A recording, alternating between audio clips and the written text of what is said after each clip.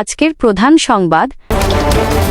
সুনামগঞ্জের দিরাই উপজেলার কুলঞ্জ ইউনিয়নে আসন্ন স্থানীয় সরকার নির্বাচনকে ঘিরে বেশ আলোচনায় রয়েছেন সম্ভাব্য চেয়ারম্যান পদপ্রার্থী আব্দুর রশিদ। দীর্ঘদিন ধরে দুবাই প্রবাসী হিসেবে কর্মরত থাকলেও নিজ এলাকার মানুষের সাথে তার রয়েছে গভীর সম্পর্ক।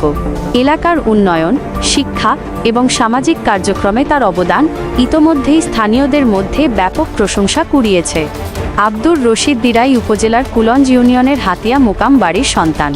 তার পারিবারিক পরিচয়ও এলাকায় অত্যন্ত সম্মানজনক। তার বাবা ছিলেন পুরানা খাদিমদার আকিল শাহের খাদিমদার। স্থানীয় সূত্রে জানা যায়, সাধারণ জনগণ, কৃষক, শিক্ষার্থী সহ সব শ্রেণী পেশার মানুষের কাছে তিনি একজন জনপ্রিয় মুখ হিসেবে পরিচিত হয়ে উঠছেন।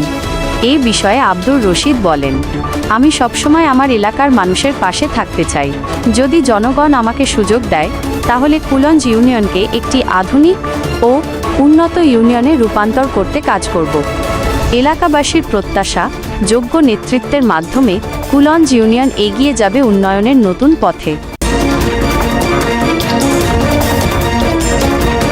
এ পর্যন্তই আজকের সংবাদ।